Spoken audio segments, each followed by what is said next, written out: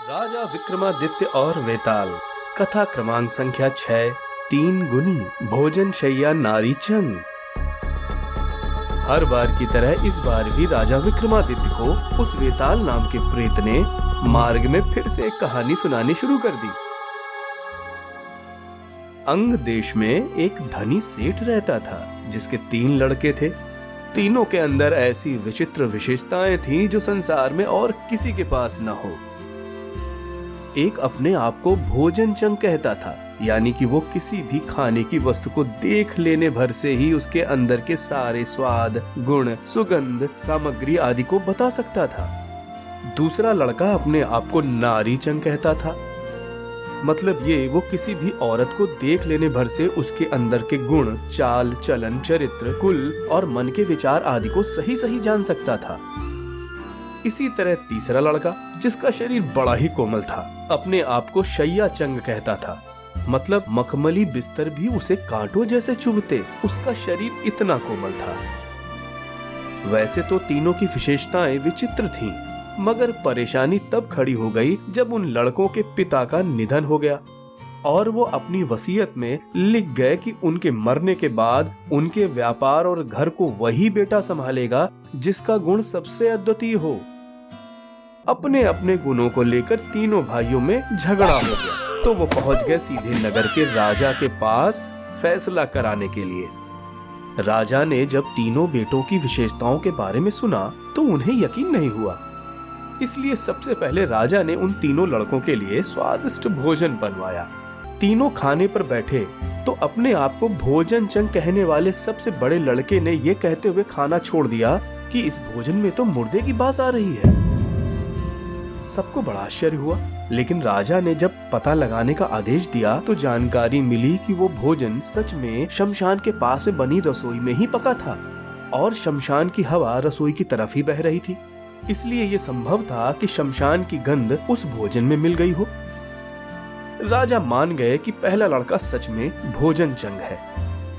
रात में राजा ने दूसरे लड़के के कमरे में सुंदर सुंदर दासियों को उसकी सेवा के लिए भेजा, जिसमें से एक दासी को देख करके ही वो लड़का भड़क उठा और चिल्ला करके बोला, इस दासी को मेरे सामने से हटाओ, इसके शरीर से तो बकरी के दूध की गंध आ रही है। बाद में ये पता चला कि वो दासी सच में बचपन से बकरी के दूध पे ही पली थी। इस घटना से राजा दूसरे लड़के के गुण को भी मान गया। तीसरे बेटे को राजा के शाही शयन कक्ष में एक के बाद एक 7 मखमली गद्दों के ऊपर सुलाया गया, मगर उस पर लेटते ही लड़के को जोर की पीड़ा हुई, उसकी चीख निकल पड़ी। राजा को खबर की गई। राजा ने देखा कि लड़के की पीठ पर लाल रंग के निशान बन गए थे। एक के बाद एक जब सारे गद्दे पलटे गए तो सबसे नीचे उनको एक गद्दे के नीचे छुपा हुआ बाल दिखा। उस बाल की चुभन से ही उस लड़के की पीठ पर लाल रंग की धारियां उभर आई थीं।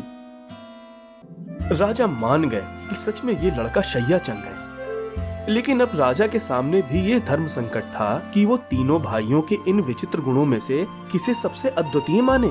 राजा ने अपने मंत्रियों से सलाह मशवरा करके अगले दिन तीनों लड़कों को दरबार में बुलाने का आदेश दिया और फैसला करने का भी। इधर कहानी समाप्त करके वेताल राजा से बोला, तो राजन बताओ, उन तीनों में से सबसे अद्वितीय गुणी लड़का कौन था? अगर तुमने जानबूझ करके मेरे प्रश्न का उत्तर नहीं दिया तो मैं तुम्हारे सर के 100 टुकड़े कर दूंगा। राजा बोले, सबसे अद्वितीय और सबसे बढ़कर तीसरा लड़का शैया चंग था, क्योंकि सबूत के तौर पर उसकी पीठ पर लकीर के निशान थे और राजा के सामने 7 गद्दों के नीचे बाल भी मिला, मगर ढूंढने पर।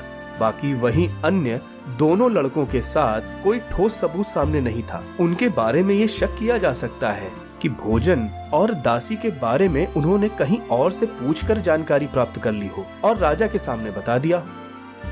इतना सुनते ही वेताल खुशी से चिल्लाया, राजन तुम सच में बहुत बुद्धिमान हो, लेकिन तुम फिर भूले और बोल दिया, इसलिए मैं चला। इतना कहकर के वेताल उड़ चला अपने उसी पेड़ पर लटकने के लिए। राजा विक्रमादित्य उस वेताल नामक प्रेत को पकड़ने के लिए फिर से उसके पीछे लपके।